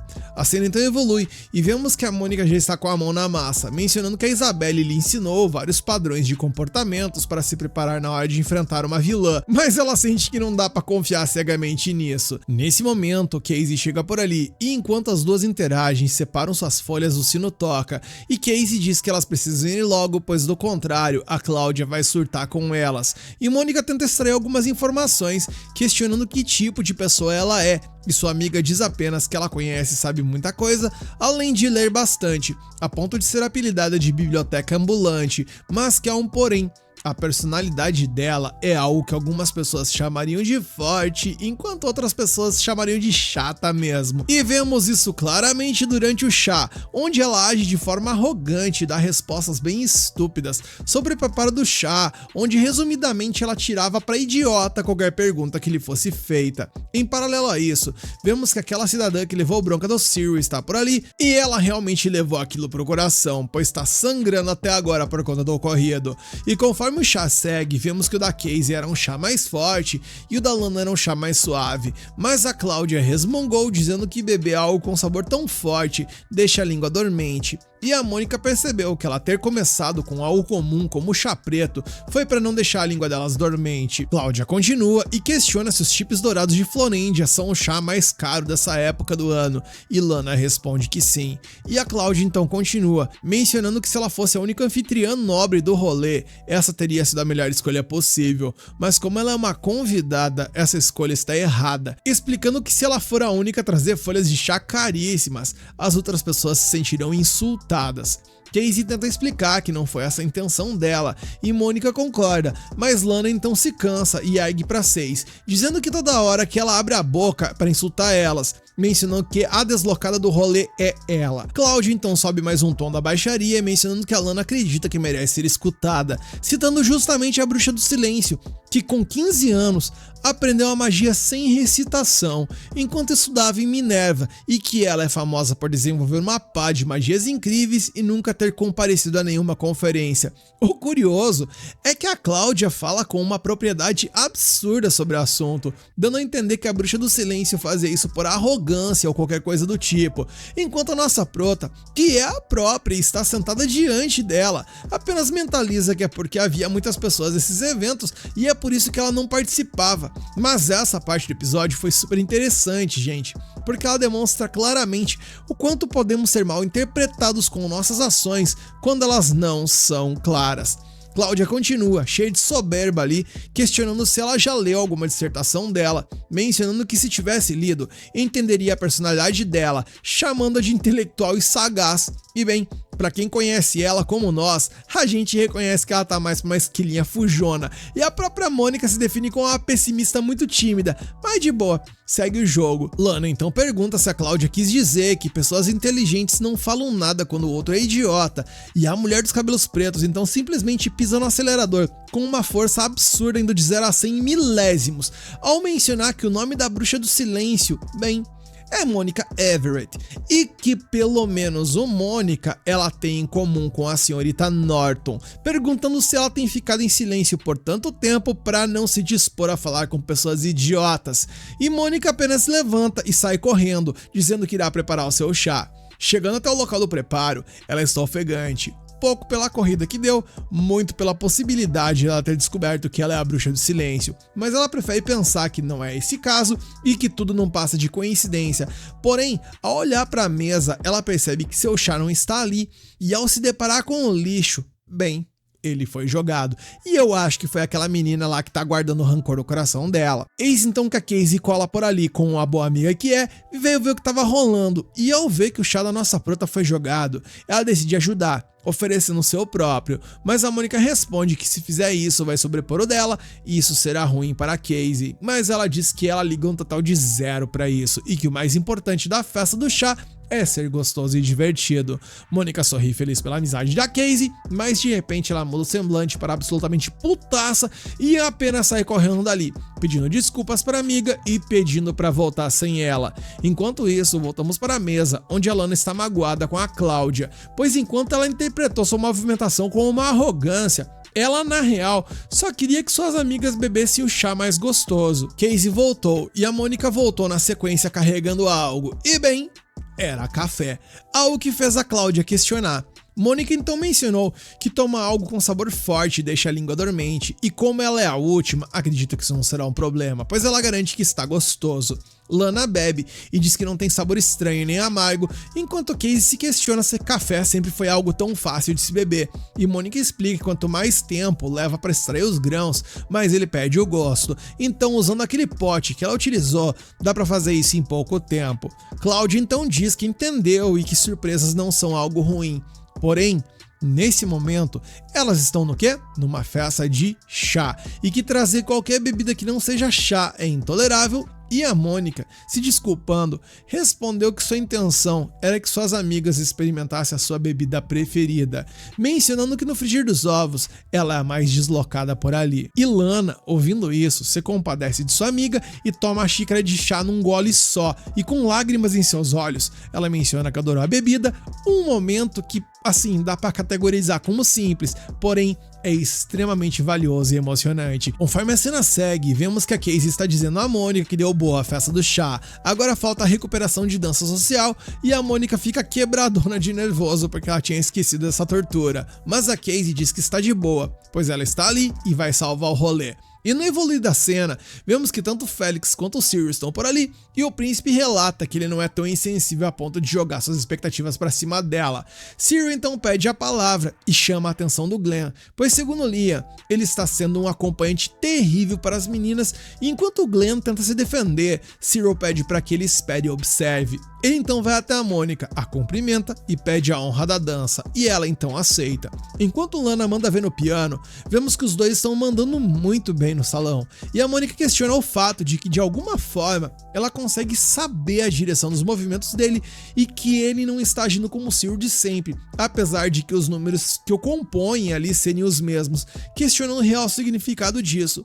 Ao finalizar, ele chama Glenn de moleque e mostra que essa é a forma certa de conduzir uma dama, e Mônica pensa que é um alívio que ele voltou a agir como sempre, e enquanto Cyril questiona sobre o que ela quis dizer, ela apenas se cala, pois não tem coragem de chamar ele de pau no... Bem, seguimos. Cyril continua e diz que em danças sociais é definido que quem guia a dança é o homem, e Felix interrompe, dizendo que o Cyril tem que ensinar o Glenn a fazer isso, enquanto Felix vai se encarregar da Mônica. Ele então estende a mão e ela reluta, o que faz o príncipe mencionar que a falta de vontade dela em ser guiada é algo impressionante. E enquanto a esquilinha tenta se justificar, o Felix simplesmente a abraça e a traz para a dança, e bem, ela fica completamente travada, fazendo o rapaz mencionar que ela parecia mais desenvolta com o Cyril, ao que ela comentou que foi pega de surpresa por ele agir diferente naquele momento. Felix então a conduz, dizendo para ela caminhar com ele enquanto conversam, e bem, conversar é o ponto fraco da nossa bruxinha, então azedou, né, gente? Felix então menciona que de perto os olhos da Mônica possuem pequenos brilhos verdes, algo como se fosse uma mancha de luz em uma profunda floresta. E a Mônica não entendeu bem o que ele tá querendo dizer. Felix continua e pergunta se foi sua amiga que arrumou o cabelo dela hoje, mas ela diz que não, pois comprou um pente novo para fazer sozinha. E o príncipe, tentando deixar ela à vontade em seus assuntos, pergunta que tipo de pente ela comprou. E ela respondeu que foi a Lana quem escolheu para ela, e que no seu cabo tem uma flor esculpida, e ao ver ela à vontade, Felix menciona que é incrível ver ela fazer esse tipo de expressão. Mônica então observa o broche do Felix e começa a admirar seus cortes super bem elaborados, e enquanto ela viaja em milhares de teorias sobre o poder usar isso em uma magia, ou o índice de refração daquela caceta, vemos que ela simplesmente começou a dançar muito bem, e ao final, todo mundo a aplaudiu. Felix toma a palavra e menciona sobre o quanto uma conversa divertida pode contribuir nesse rolê, insinuando que ele fez tudo perfeito, mas vemos que a nossa protinha está ali, provavelmente em êxtase, analisando as formas do broche. E quando caiu por si e viu que tava todo mundo a elogiando, ela apenas disparou e começou a mencionar ali que o corte do broche de Sua Alteza refletia luzes bonitas, então ela começou a pensar no índice de refração e terminou a dança sem pensar em coisas desnecessárias, e isso dá aquele balde de água fria no Felix, que pensava que ele foi o responsável pelo êxito dela, algo que ela até tentou consertar, dizendo que foi graças ao broche de Sua Alteza, mas aí o leite já havia sido derramado, esparramado e desperdiçado. Vemos então que o príncipe Felix está dando um rolê, quando, de repente, encontra o grupo da Mônica fazendo churrasco no pátio da escola. Enquanto os observa lá de cima, ele pensa que o Glenn é um cara suspeito, pois ele sabe que um dragão foi eliminado na cidade em que esse cidadão estava, e por conta disso, decide que precisa observá-lo de perto para determinar quais são as suas reais intenções. Sobre o churrasco, a festinha está rolando para comemorar a aprovação tanto da nossa protinha Mônica quanto do próprio Glenn, pois ambos passaram na prova de dança, com eles mencionando que a professora ficou feliz pra cacete, porque já tava quase ficando de cabelo branco de tanta preocupação preocupação com eles. Nesse momento, o príncipe se aproxima e diz que para fazer churrasco ali, eles precisam de uma autorização por escrito. E Glenn, ouvindo isso, oferece um espeto de carne pro príncipe na maior tranquilidade, o que deixou todo mundo de cabelo em pé, pois a falta de jeito e de bom senso do rapaz beirou o absurdo. No entanto, contrariando todas as expectativas relacionadas a um príncipe, o mano Félix pega a carne, mete uma senhora de uma dentada e diz que agora se tornou cúmplice. Então é pra ninguém contar pra ninguém, e todo mundo ficou ensandecido com a reação. A cena mudou e vemos então que a Lynn aparece de novo para encontrar a Mônica e entregar a recompensa do Louis por ter capturado o professor Thornley. E após nos presentear com uma imitação do Louis de milhões, ela então presenteia a nossa prota com um vestido, e a Mônica, para demonstrar gratidão, menciona que escreverá uma carta para agradecer, pedindo então para a Lynn aguardar. A empregada aproveita e também elogia a Mônica por ter lidado com a galera da falsa empresa de comércio no outro dia, mencionando que a barreira de defesa que o Louis criou em volta da academia só protege por fora, mas as ameaças internas são mais difíceis de prevenir e que por conta disso, ele inclusive até criou diversas armadilhas mortais dentro da barreira, algo que deixa a Mônica e o Nero brancos que nem papel de tanto medo, sem acreditar que aquele demônio ousaria criar algo assim naquele lugar. Em mais uma mudança de cena, agora na manhã seguinte, a Mônica está revisando os papéis para o conselho estudantil quando dá de cara com a Cláudia parada, olhando ali para ela. Ela reflete que essa garota ultimamente tenha seguido por todo lado e que isso pode significar que talvez ela tenha descoberto ou ao menos suspeita da sua real identidade. Porém, nesse exato momento, o grupo daquelas patricinhas malvadas para um cacete se aproxima para convidar a Mônica para uma festa do chá. E a Mônica, que mesmo sentindo medo colossal disso tudo, acaba aceitando o convite. Afinal, ela está tentando se acostumar com as regras sociais. Conforme a cena evolui e todas as meninas já estão devidamente alocadas, a Caroline revela seu verdadeiro objetivo. Ela quer que a Mônica explique de novo o incidente do outro dia para o vice-presidente, de uma forma que a favoreça. Incidente, no caso, aquele que ela caiu da escada lá, ela tá querendo dizer que não passou de um mal entendido. No entanto, a Mônica recusa, porque se mudar seu depoimento, o Cyril vai se dar mal. A Caroline, ouvindo isso, faz uma cara de poucos amigos e manda a Mônica tomar um chá, enquanto ainda está quente. E a nossa brota percebe que o olhar dela e das outras meninas era exatamente como das vilãs de filme relatados pela Isabela. A Mônica então dá um gole no chá e percebe que o negócio tem um gosto muito amargo, mas mesmo assim ela bebe tudo de uma vez. E as outras garotas ficam chocadas, achando que ela ia engasgar ou tossir sem parar. Mas a realidade foi outra. Porém, algo errado não parece certo, pois a xícara de chá cai da mão da nossa prota e a visão dela começa a ficar completamente vermelha. E após isso, ela começa a se lembrar da cena mais assustadora de seu passado, onde toda a população do vilarejo estava queimando o trabalho de uma vida inteira do seu pai, lá da sua pesquisa que ele fazia. Eles gritavam que ele era um herege e a Mônica dizia que esse não era o caso, mas ela não podia focar nisso, porque ela estava tentando se esforçar para memorizar os números que desapareciam nas chamas, pois ela precisava lembrar desses números, visto que essa era a prova de que seu pai havia vivido nesse mundo. E para piorar, ela era maltratada dia sim, dia também pelo seu tio, que a culpava e culpava seu pai pelas pesquisas idiotas que ele fazia, pois essas pesquisas arruinaram a vida dele também. De volta à realidade, a Mônica está caída no chão, murmurando pedidos de desculpa. Na mesma hora, a Cláudia corre para ver o que aconteceu e pergunta para Caroline o que ela colocou no chá. E embora a outra negue com unhas e dentes que fez algo, a moça dos cabelos pretos rapidamente tira um frasco de beladona do bolso dela. E esse colírio, ele acaba dilatando as pupilas para deixar a pessoa mais bonita, mas que em doses elevadas acaba agindo como se fosse um veneno. Ou seja, essa galera, de propósito ou não, envenenou a Mônica. E sabendo a causa, a Cláudia corre, enfia o dedo na garganta da Mônica para fazê-la vomitar e a leva às pressas para a enfermaria. E depois de um tempo, a Mônica finalmente acorda e vê o príncipe e o Cyril ao seu lado. Ela pula da cama e se ajoelha, pedindo desculpas por ter causado problemas. Chorando, ela diz que não conseguiu ser uma membro exemplar do conselho estudantil e o Cyril, vendo que o príncipe tentava convencê-la a se levantar e não conseguia, simplesmente a pega no colo e a joga de volta na cama. Afinal, que vítima fica se curvando e pedindo desculpas desse jeito? Nesse momento, a Cláudia também aparece e pergunta ao seu querido irmão por que ele está fazendo tanto barulho.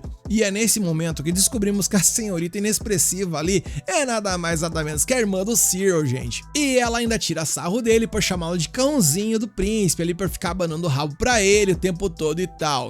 Depois que os dois saem, a Cláudia começa a explicar que alguns venenos não afetam adultos, mas são fatais para crianças e fica provocando a Mônica ali, chamando ela de corpo de criança, o que faz a coitada achar que ela odeia. No entanto, a Cláudia diz que não a odeia, porém não gosta dela, e quando nossa bruxinha questiona o porquê de ela estar seguindo o tempo todo, ela então responde que é porque ela suspeitava que a Mônica estava tentando seduzir seu noivo, e o fato dela ter pedido a ele para ensiná-la a dançar era inaceitável. E a Mônica, ouvindo isso, quase caiu para trás, pensando que a pessoa de quem Cláudia estava falando era o príncipe Félix. Naquele exato momento, os dois amigos entram no quarto sem nem bater na porta.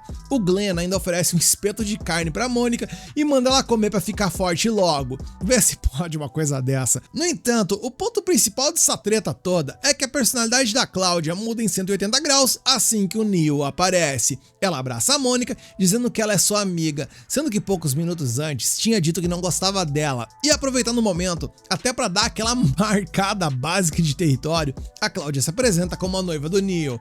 O Glenn, ao ouvir isso, pula de alegria, sem acreditar que seu amigo tem tanta sorte. E embora seja um casamento arranjado pela família, a Cláudia gosta muito do Neil.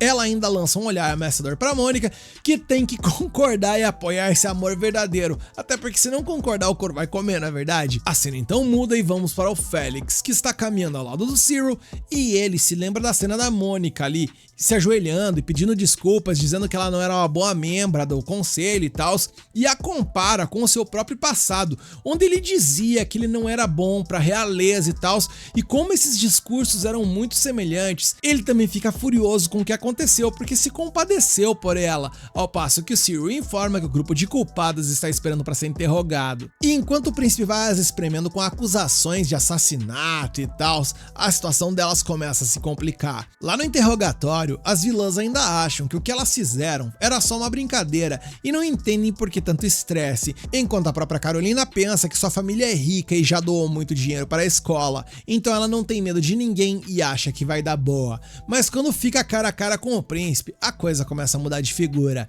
Ela ainda tenta argumentar que não foi uma tentativa de envenenamento, mas apenas uma pegadinha, jurando que não sabia que o colírio era tão perigoso. O príncipe continua com sua cara de paisagem ali, mas com base no depoimento dela, ele menciona que se o lance ali não foi tentativa de assassinato, certamente foi um crime de difamação. A Caroline fica paralisada, sem conseguir dizer uma única palavra. Se ela falasse mais alguma besteira, provavelmente ganharia mais uns 10 crimes na conta. Nesse momento, a Isabela entra, o que deixa a Caroline um pouco aliviada, pois segundo boatos, a Isabela odeia sua serva. Depois, a Isabela traz algumas xícaras de chá para ajudar todo mundo a se refrescar, só que não para por aí. Ela então tira um frasco de remédio, dizendo que comprou de um vendedor ambulante e que apenas algumas gotas desse elixir de beleza no chá, e a combinação fica perfeita, segundo ela. As três garotas ficam ouvindo e vendo aquilo e borrando as calças de medo, sem acreditar no que estava rolando. A Caroline tentou se acalmar, pensando que era só uma ameaça, um blefe e tal, mas assim que tomou um gole, ela caiu no chão e vomitou até as tripas. Ela gritou, acusando que a Isabela estava tentando envenená-la de propósito. No entanto, a Isabela provou que era um remédio de beleza de verdade, bebendo na frente de todo mundo. Ela ainda disse que talvez o sabor levemente exótico do chá tenha assustado a senhorita Caroline, e perguntou se, enquanto sua serva bebeu uma xícara inteira, a Caroline ia ficar com essa cara feia na frente do príncipe. Além disso, a Isabela disse que informaria seu pai que alguém de sua família foi envenenado. Mesmo sendo uma serva, isso era um insulto à honra à família Kerbeck, e a situação claramente afetaria a amizade entre as duas casas. O príncipe também lamentou, dizendo que a casa Kerbeck era a única força capaz de ajudar nas expedições para matar dragões no leste, pois sem eles teriam que enviar tropas à capital. Mas até lá, quem sabe o que sobraria de suas terras? A Caroline, ouvindo isso, gelou da cabeça aos pés. Por conta de uma atitude impensada, ela tinha acabado de arruinar sua terra natal. A Isabela também avisou para ela passar o recado para todo mundo no dormitório, para que soubessem qual seria o fim de quem se tornasse inimigo da família Kerbeck. A partir daí, a fama de malvada da senhorita Isabela se espalhou por toda a academia, fazendo todo mundo tremer de medo. Ela mesma sabe que pisar nos outros traria ódio, mas estava disposta a fazer isso para evitar que sua protegida fosse intimidada novamente, porque ela fez um juramento de que cuidaria da bruxa silenciosa para retribuir por ela ter salvo sua vida no passado. E aproveitando, ela levou a Mônica para seu quarto para cuidar dela até que ficasse boa. Eis então que temos um pequeno salto temporal de uma semana depois, e a Mônica até já estava ganhando uns quilinhos por ali, de tanto que ela foi bem cuidada e alimentada pela Isabelle. Mesmo tendo que se arrastar de volta para seu quarto, ela finalmente se lembrou da Lynn. Acontece que a coitada esperou a semana inteira por ali para pegar a carta de resposta que a Mônica esqueceu completamente. A Lynn também não entendia nada, afinal, se a missão da bruxa silenciosa era proteger o príncipe, como é que ela acabou sendo envenenada e cuidada por outra pessoa? Vemos então que a Lynn está entregando uma pilha de cartas para Mônica, dizendo que enquanto ela esteve ausente, uma carta dessas aparecia na porta todos os dias. O conteúdo é basicamente a sua melhor amiga, no caso, a Lana, desejando que ela melhorasse logo. A Mônica, com o coração cheio de alegria, trata as cartas como se fosse um tesouro e as guarda cuidadosamente em sua gaveta. A propósito, hoje também é o dia em que o grupo de amigos se reuniu para comemorar a recuperação total dela. Só que a mana Cláudia ali também está presente e ainda faz uma cara de ameaça, dizendo que a Mônica é sua melhor amiga, só que não. A comida do restaurante é indiscutivelmente deliciosa, mas a decoração é tão chique que a nossa protinha não se sente muito à vontade. Depois, eles começam a falar sobre o que farão no festival da escola. A Cláudia diz que vai ficar no quarto o dia todo até a hora do baile, e o motivo, gente, é que o Neil vai estar super ocupado, então ela também não quer fazer nada. Ela não consegue entender a lógica dela, já que a peça de teatro é o evento principal do festival. Além disso, a Lana está encarregada do figurino e esse ano ainda terá uma queima de fogos de artifício incrível. Já a Casey vai abrir uma barraca para vender artesanato. As três amigas conversam animadamente porque eventos do festival parecem realmente fascinantes. No caminho de volta, o Cyril aparece e pede para a Mônica ir até o portão leste depois da aula para ajudar a mover alguns materiais para o festival. Os outros membros do conselho estudantil também estão atolados de trabalho até a garganta. Mas o que realmente interessa a Cláudia é que o crush dela foi designado para trabalhar junto com uma garota. Ela imediatamente ativa aquele modo vilão de novela e se prepara para estragar o caso extraconjugal que ela acabou de inventar na sua própria cabeça. Além disso, a Cláudia aproveita para dar uma alfinetada no irmão e na Mônica, perguntando por que eles ainda se tratam pelo sobrenome, provando que não se tornaram mais próximos depois de todo esse tempo trabalhando juntos. Pressionado pela sua irmãzinha, o Cyril decide permitir que a Mônica o chame pelo primeiro nome, e a galera toda presente se diverte com esse drama, já que os dois fazem o maior estardalhaço só por causa de uma simples mudança de forma de se tratar. E do lado de fora vemos que o Nero está caçando, e enquanto humanos comem frango a passarinho, ele pelo visto quer comer um passarinho a frango no jantar. De repente, ele detecta uma energia mágica estranha vindo do depósito onde o príncipe está. Enquanto isso, a amiga da Mônica, a Casey, aparece correndo, dizendo que ia ajudar. No entanto, a lista de materiais é tão longa quanto um decreto imperial, então provavelmente não terminariam nem que fosse no ano que vem. E enquanto a Casey estava distraída, a corda que amarrava várias tábuas de madeira se arrebenta e elas estão prestes a cair em cima dela. E a sorte da nossa mana Casey é que a Mônica estava na hora certa e no lugar certo, e com isso ela utilizou a magia de vento para jogar tudo pro lado. Apesar de não ter se machucado, o rosto da Casey ficou pálido como se não tivesse uma gota de sangue de tanto medo. A Mônica fica preocupada, mas também nota um detalhe estranho na corda. No caminho para a enfermaria, ela vai direto ao ponto. A corda foi parcialmente cortada com uma faca, e o culpado só poderia ser a melhor amiga que está bem à sua frente. E desmascarada, a Casey dá um sorrisinho e admite que foi ela mesma. Ela saca uma faca e confessa que o motivo é porque ela odeia a Mônica. E não apenas isso, gente, foi ela também quem jogou a caixa de chá da Mônica no lixo na outra vez. Nesse momento, a Mônica também confessa que já sabia, e eu confesso que nem fazia ideia. E sério, gente, o diabo até treme na base por causa de gente assim. Mas seguimos. A Mônica explica que na sua antiga escola costumava esconder suas coisas, então ela aprendeu a não colocar seu nome em seus pertences. A única pessoa que sabia o jeito específico que ela dobrava a etiqueta de identificação era a Casey. Mas a Mônica não acredita que a amiga fez isso por ódio, deve haver um motivo mais profundo. Nesse exato momento, o Nero entra voando pela janela para avisar que sentiu uma fonte de magia estranha no depósito oeste. A Mônica se concentra e detecta vários elementos de fogo sendo comprimidos em um vórtice de chamas. A Casey, ao ouvir isso, fica chocada, se perguntando como ela sabia. E agora a Mônica finalmente entendeu tudo. A moça na sua frente está planejando mandar o príncipe de vala. Enquanto isso, a cena muda e vemos que o Félix está nos depósitos ali conferindo os materiais, sem saber do perigo iminente que o assola. Ele recusa um convite para participar da peça de teatro feito pela Maybelle, pois sabe que isso tem a ver com sua prometida, a senhorita Eliane, e ele não quer se envolver, porque segundo ele, sua vida real já é um teatro. Mas mesmo que o chamem de marionete do Duque Crockford, o Félix não se importa, porque ele está determinado a se tornar um rei.